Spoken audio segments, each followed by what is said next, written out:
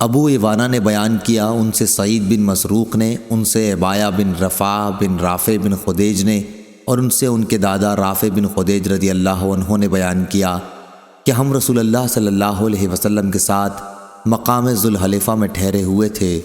لوگوں کو بھوک لگی، ادھر غنیمت میں اونٹ اور بکریاں ملی تھیں۔ انہوں نے بیان کیا کہ نبی کریم صلی اللہ علیہ وسلم لشکر کے پیچھے کے لوگوں میں تھے۔ لوگوں نے جلدی کی اور تقسیم سے پہلے ہی ذبح کر کے ہانڈیاں چڑھا دیں، لیکن بعد میں نبی کریم صلی اللہ علیہ وسلم نے حکم دیا اور وہ ہانڈیاں اوندھا دی گئیں۔ پھر آپ صلی اللہ علیہ وسلم نے ان کو تقسیم کیا اور 10 بکریوں کو ایک اونٹ کے برابر رکھا۔ ایک اونٹ اس میں سے بھاگ گیا تو لوگ اسے پکڑنے کی کوشش کرنے لگے، لیکن اس نے سب کو تھکا دیا۔ قوم کے پاس گھوڑے کم تھے، ایک صحابی تیر لے کر اونٹ کی طرف جھپٹے، اللہ نے اس کو ٹھہرا دیا۔ پھر آپ صلی اللہ علیہ وسلم نے فرمایا کہ ان جانوروں میں بھی جنگلی جانوروں کی طرح سرکشی ہوتی ہے، اس لیے ان جانوروں میں سے بھی اگر کوئی تمہیں عاجز کر دے تو اس کے ساتھ تم ایسا ہی معاملہ کیا کرو۔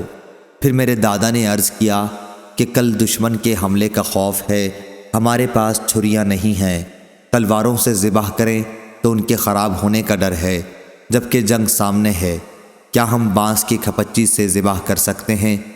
آپ صلی اللہ علیہ وسلم نے فرمایا، جو چیز بھی خون بہا دے اور ذبیحے پر اللہ تعالیٰ کا نام بھی لیا گیا ہو تو اس کے کھانے میں کوئی حرج نہیں، سوائے دانت اور ناخن کے۔ اس کی وجہ میں تمہیں بتاتا ہوں، دانت تو ہڈی ہے اور ناخن حبشیوں کی چھری ہے۔ صحیح بخاری حدیث نمبر 2488۔